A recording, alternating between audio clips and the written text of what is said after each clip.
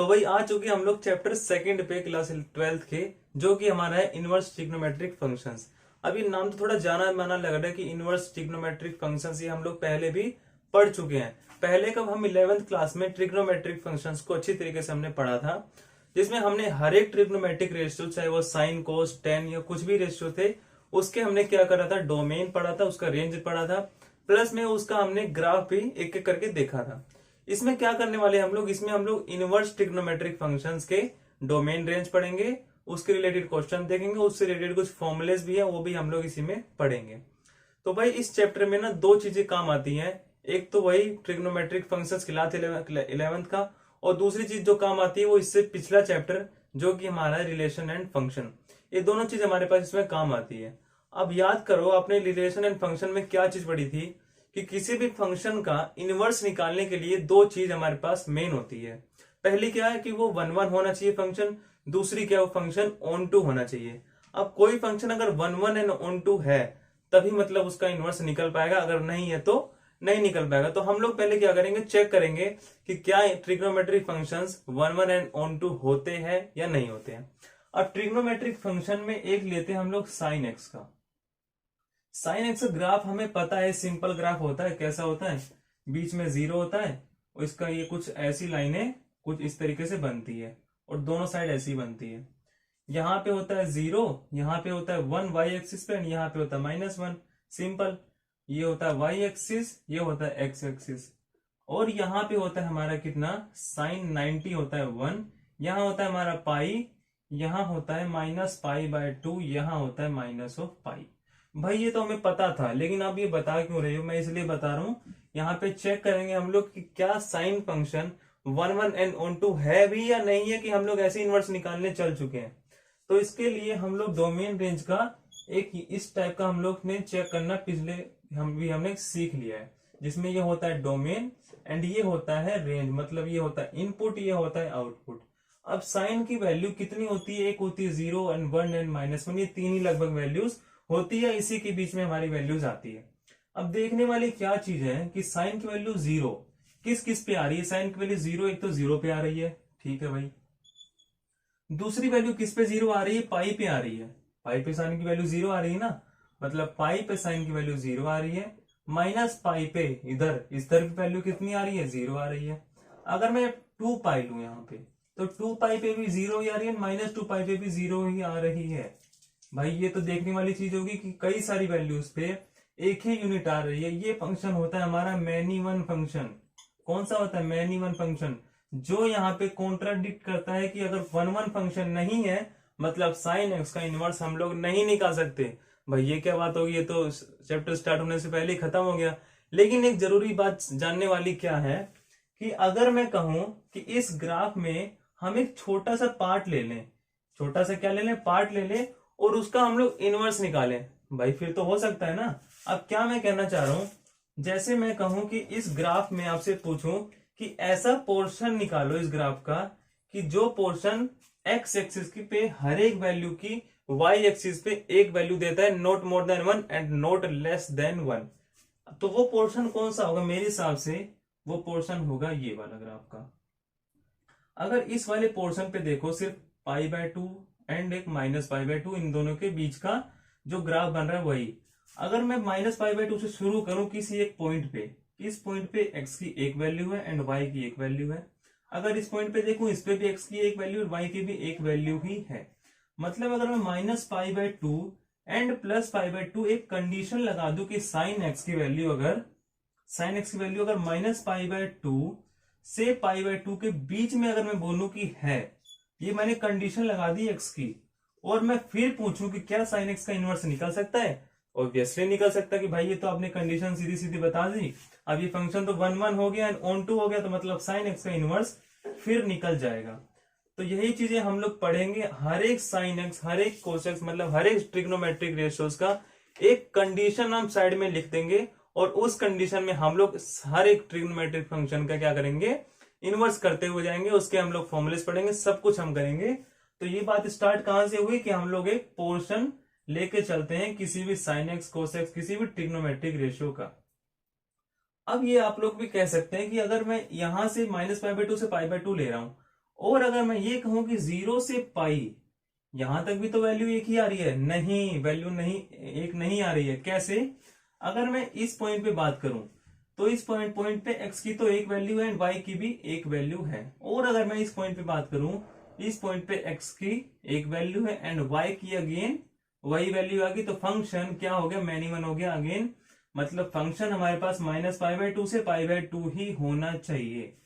अब अगर दूसरा आपके पास चांस क्या है, आप लोग ऐसे कह सकते हो कि π/2 से अगर मैं कह दूं कि इस वाले वैल्यू तक यहाँ पे क्या आएगा 3π/2, मतलब π/2 से 3π/2 तक अगर मैं कह दूं तो भाई ये वाली रेंज भी तो एक वैल्यू पे एक ही आ रही है, मतलब एक एक्स की वैल्यू पे एक ही वाई की वैल्यू दे रही है। तो मैं कह सकता हूं कि ऐसी तो भाई बहुत सारी वैल्यूज आ जाएंगी, चाहे इधर से ले लो चाहे इतनी वैल्यू ले लो, मतलब बहुत सारी वैल्यूज इधर भी होंगी इधर भी होंगी। तो मैं क्या कह सकता हूं इसको सॉल्व करने के लिए कि जो मेन हमारे पास यूनिट है -π/2 से π/2 तक की जो रेंज आएगी, इसे हम लोग एक नाम दे देंगे, क्या, प्रिंसिपल रेंज। Principal range. और आपसे क्वेश्चन में ये पूछा जाएगा कि इस वैल्यू का या इस फंक्शन का प्रिंसिपल रेंज निकालो, तो आपको क्या करना है, -π/2 से π/2 के बीच में ही उस वैल्यू को लेके आना है। और अगर नहीं डिफाइन किया गया तो आप लोग कुछ भी वैल्यू लेके आ सकते हो जो कि इसके रेंज के बीच में है एंड उसकी एक x की वैल्यू के लिए एक ही y की वैल्यू है। यहां तक आई होप एकदम आपको क्लियर हो गया होगा। आगे हम लोग डोमेन एंड रेंज पढ़ेंगे अलग अलग इनवर्स ट्रिग्नोमेट्रिक रेशियो के फंक्शंस के। तो भाई अभी हम लोगों ने पढ़ा प्रिंसिपल वैल्यू एंड बाकी सारी वैल्यूज क्या होती हैं, और हमने एक चीज पढ़ी थी साइन इनवर्स एक्स, मतलब इनवर्स हमने ट्रिग्नोमेट्री का थोड़ा इंट्रोडक्शन पढ़ा था। अब यहाँ पे क्या चीज आती है हमारी, एक तो मैंने यहाँ पे टेबल बना दी है, ये खैर आपकी बुक में भी है लेकिन मैंने यहाँ बनाई इसलिए क्योंकि आपको यहाँ पे साइड बाय साइड रेफरेंस दे सकूं। और दूसरी चीज हमने यहाँ पे दो क्वेश्चन भी ले रखे हैं इनवर्स के, जिसमें हमें प्रिंसिपल वैल्यू निकालनी है। अब देखो इसके पहले हमारे पास दो चीजें आती है, क्या क्या आती है, दो आती है, एक हमारे पास आता है साइन इनवर्स एक्स एंड एक होता है साइन एक्स इनवर्स। अब ये दोनों चीजों में ना आप लोग बहुत कंफ्यूज होंगे पूरे चैप्टर में, लेकिन यहीं पे शुरुआत में आपको अगर क्लियर कर दूं तो आपके लिए चैप्टर आसान हो जाएगा। अब sign inverse X and sine x inverse ये दोनों डिफरेंट, कंप्लीटली डिफरेंट चीजें हैं। साइन इनवर्स एक्स होता है इनवर्स फंक्शन होता है हमारे पास से इनवर्स फंक्शन, और पूरे चैप्टर में हम लोग इसी तरीके से बात करेंगे इनवर्स ट्रिग्नोमेट्री की। ये जो साइन x -1 होता है या x की पावर -1 होता है, इसको हम लोग लिखते हैं साइन x की पावर होल -1, ये इस तरीके से होता है जो कि होता है 1/sin x। और ये इनवर्स फंक्शन नहीं होता, ये सिर्फ एक कंफ्यूजिंग के लिए आप लोग की एक टर्म दे रखी है कि साइन इनवर्स x ऐसा होता है और साइन x इनवर्स ऐसा होता है, मतलब साइन x इनवर्स का मतलब होता है 1/sin x and sign inverse x होता है या साइन -1x होता है इनवर्स फंक्शन। इन दोनों चीजों में आपको बिल्कुल भी कंफ्यूज नहीं होना है, आपको यहीं पे क्लियर कर लेना है। अब सारी मैंने यहाँ पे ट्रिग्नोमेट्रिक रेशियोज लिख रखी है, यहाँ पे उसका डोमेन है, यहाँ पे उसका रेंज है।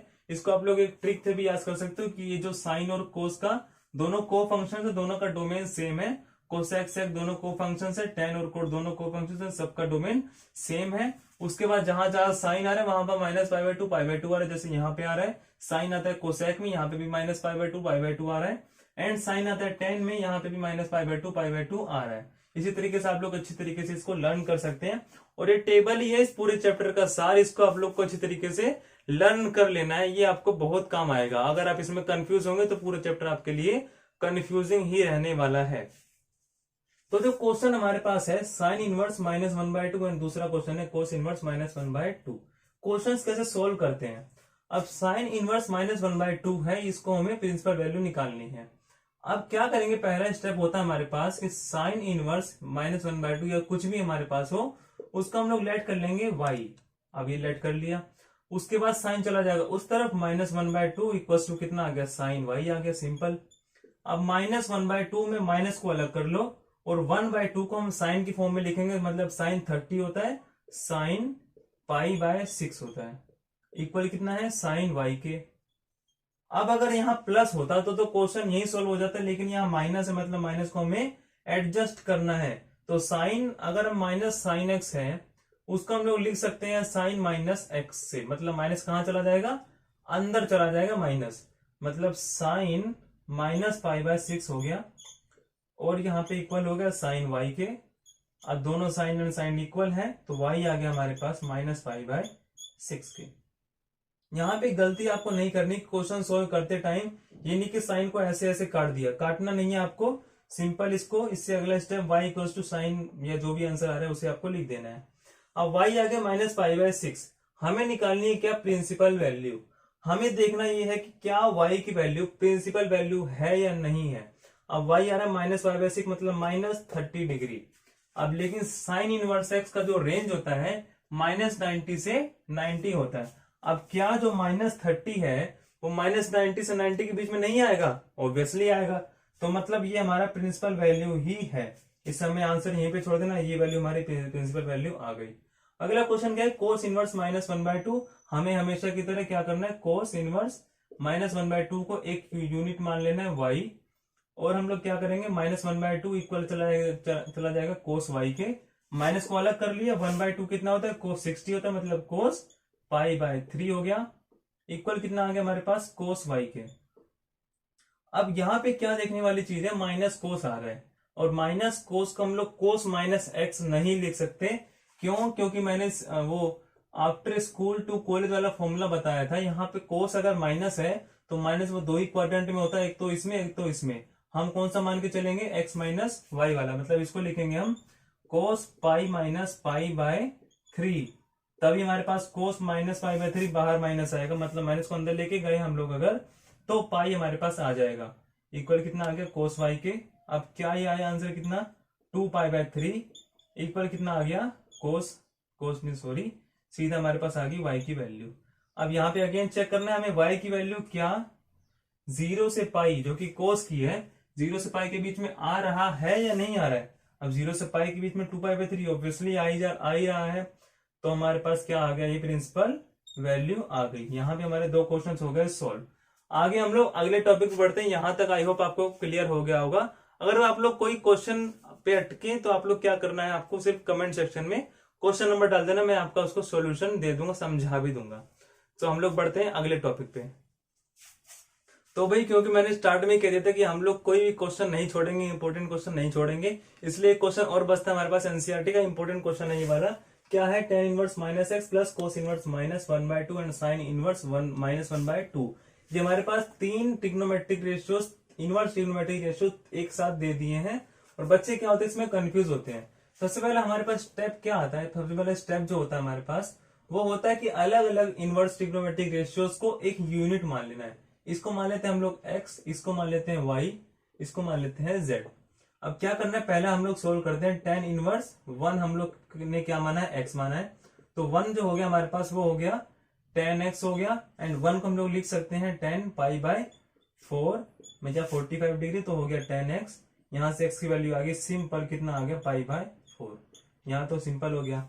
दूसरा हम लोग y की वैल्यू निकालते हैं, तो कोस इनवर्स -1/2 हमारे पास होता है y, एंड -1/2 कितना हो गया, y हो गया, नहीं कोस y हो गया, क्योंकि कोस उस साइड चला गया, एंड माइनस को हम लोग कॉमन ले लेंगे, आ जाएगा हमारे पास कोस π/3 या 60 डिग्री, इक्वल कितना है कोस y के। अगेन पिछले एग्जांपल की तरह मैंने क्या बताया था, कोस अगर माइनस के बाहर है या माइनस कोस के बाहर है, तो माइनस को अगर अंदर लाना है तो पाई माइनस की फॉर्म में आएगा, तो पाई माइनस π/3 इक्वल कितना आ गया कोस y के।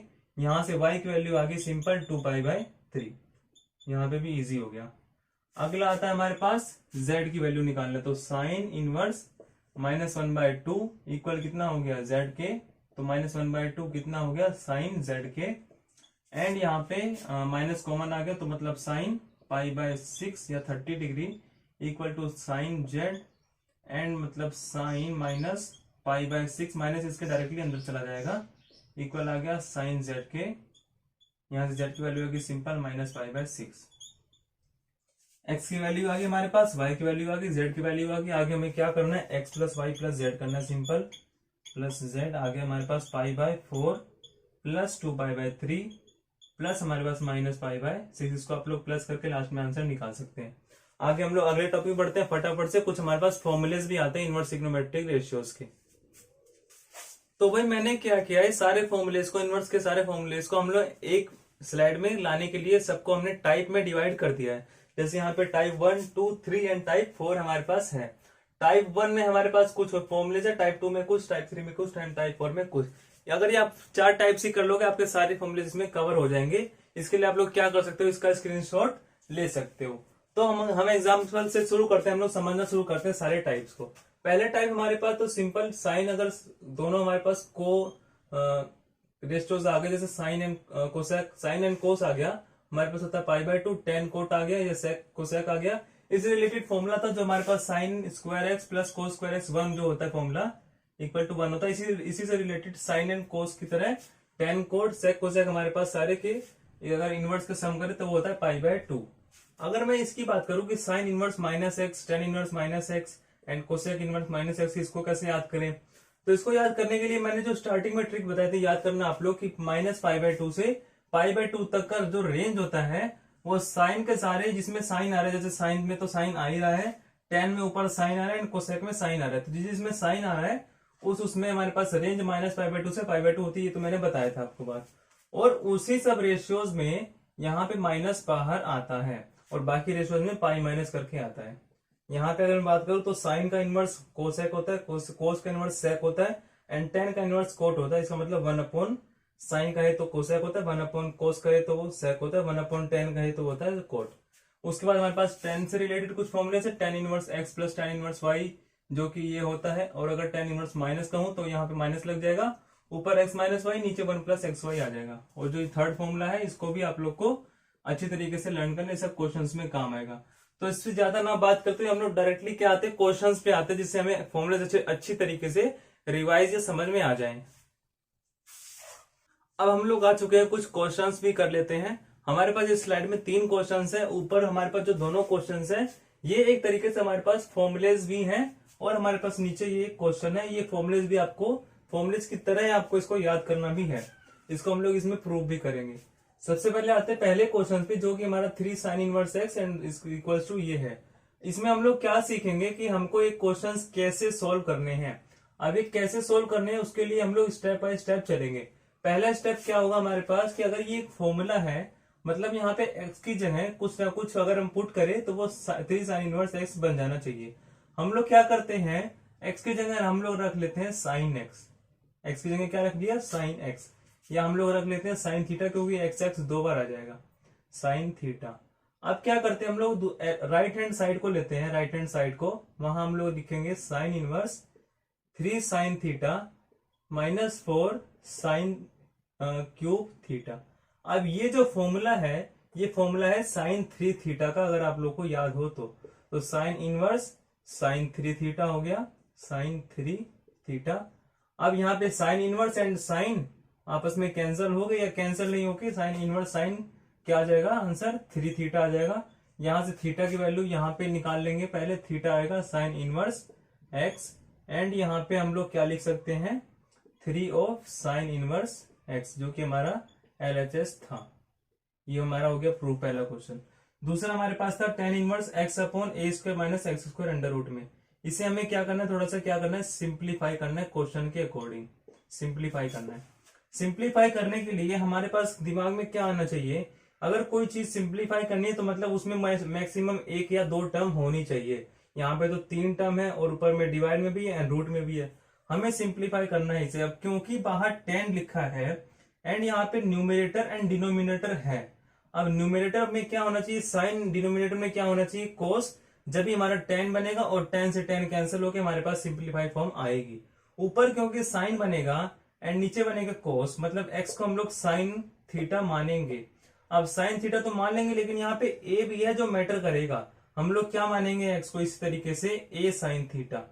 आई होप आपको ये समझने का तरीका क्लियर हो गया होगा, और यही स्टेप पहला मेन होता है। इससे आगे हमारे पास सिंपल कुछ नहीं बचता, सिर्फ छोटे छोटे स्टेप बचते हैं। तो tan inverse A sine theta divide by क्या आ गया, अंडर रूट में ए स्क्वायर माइनस ए स्क्वायर साइन स्क्वायर थीटा। नीचे ए स्क्वायर कॉमन आके बाहर आ जाएगा ए, एंड ए से ए कैंसिल हो जाएगा, बचेगा क्या, सिर्फ नीचे 1 माइनस साइन स्क्वायर थीटा, जो कि आएगा कोस स्क्वायर थीटा। थोड़ा आगे हम लोग बढ़ते हैं, टेन इनवर्स ए साइन थीटा, नीचे क्या आ जाएगा ए, एंड अंडर रूट में 1 माइनस साइन स्क्वायर थीटा। अब 1 माइनस साइन स्क्वायर थीटा क्या होता है, कोस स्क्वायर थीटा। स्क्वायर से क्या कटेगा, रूट, बाहर आएगा ए कोस थीटा। मतलब अगला स्टेप क्या होगा, tan inverse a sin theta upon में a cos थीटा। अब ये a से a कट गया, आगे कितना tan inverse tan theta, simple. अब थीटा क्या है यहाँ पे, इक्वल थीटा आ गया। थीटा क्या है यहाँ पे, यहाँ से थीटा निकालेंगे, यहाँ पे आएगा x by a equals to sine theta, और आ जाएगा अगला step theta equals to sine inverse x by a, simple. यहाँ पे थीटा कितना आ गया, sine inverse x by a, यहाँ पे आ गया आंसर सॉल्व। उसके बाद अगला क्वेश्चन हमारे पास ये है, ये भी एक तरीके का क्या है, फॉर्मूला ही है, इसको भी आप लोग को थोड़ा ध्यान में रख के चलना है। यहाँ पे देखने वाली क्या चीज है, a भी आ रहा है x भी आ रहा है, और हमें इसकी तरह इसको क्या करना है, सिंप्लीफाई करना है। अब a भी आ रहा है एंड x भी आ रहा है, इसका क्या मतलब होता है, या तो ऊपर साइन नीचे कोस बनेगा जब आएगा tan, या तो ये फॉर्मूला ही tan का है। अब आपको अगर याद हो, जो tan 3 थीटा का फॉर्मूला होता है वो क्या होता है, 3 tan square theta minus tan cube theta, नीचे क्या आता है 1 माइनस 3 tan स्क्वायर थीटा। ये फॉर्मूले आपको याद करने होते हैं जब भी आपसे ये क्वेश्चन सॉल्व होंगे। अब ये tan 3 थीटा का फॉर्मूला होता है, थोड़ा थोड़ा क्या हमें क्या लग रहा है, ये tan 3 थीटा का ही फॉर्मूला है। कैसे है, हम लोग इसमें भी क्या मानेंगे, x को a tan थीटा, पहला स्टेप ये हो गया। अब हमारे पास क्या आ गया, tan इनवर्स, यहाँ पे आएगा 3a स्क्वायर, यहाँ पे आएगा a tan थीटा, माइनस में a tan थीटा। और एक और चीज, ये सब आपको ना प्रैक्टिस से आ जाएगी अच्छी तरीके से। आप लोगों को क्या करना है, प्रैक्टिस अच्छे से करनी इन सब चीजों की, जब भी आपको माइंड में क्या करेंगे, क्रैक करेंगे क्वेश्चंस। अब हमारे पास क्या आएगा, a tan थीटा का होल स्क्वायर। अब यहाँ पे थोड़ा सा सॉल्व करते हैं, क्या आएगा हमारे पास, tan इनवर्स, यहाँ पे a क्यूब आ गया, 3a cube tan theta minus में a स्क्वायर tan थीटा। यहाँ तक क्लियर है। उसके बाद हमारे पास आता है नीचे आएगा, यहाँ पे हमारे पास क्यूब था, सॉरी गलती हो गई, यहाँ पे क्यूब था, यहाँ पे आएगा a cube tan cube theta, नीचे आएगा हमारे पास a cube and minus 3a, यहाँ पे आ गया, यहाँ पे भी a क्यूब बनेगा क्योंकि अंदर में a स्क्वायर हो रहा है, तो a cube tan square theta. अब साफ साफ दिख रहा है आगे, a cube a cube a cube a cube सारे कैंसिल होके हमारे पास क्या बचेगा, सिर्फ हमारे पास बचेगा 3 tan थीटा माइनस में tan क्यूब थीटा, नीचे आएगा हमारे पास 1 माइनस 3 tan स्क्वायर थीटा। मैंने इसमें एक स्टेप मिस कर दिया है, वो भी है, वो कौन सा था, a क्यूब वाला, क्योंकि यहाँ पे जगह कम थी। तो फटाफट से आगे समझते हैं, ये फॉर्मूला कौन सा हमारे पास, ये वाला बन गया, एंड ये होता है 3 थीटा, tan 3 थीटा, tan से tan हो गया कैंसिल, आंसर आ गया 3 थीटा। अब 3 तो ऐसे ही रहेगा, थीटा की वैल्यू क्या है, थीटा की वैल्यू यहां से आ जाएगी tan inverse x by a, यहाँ पे हमने पुट कर दिया 3 tan inverse x by a।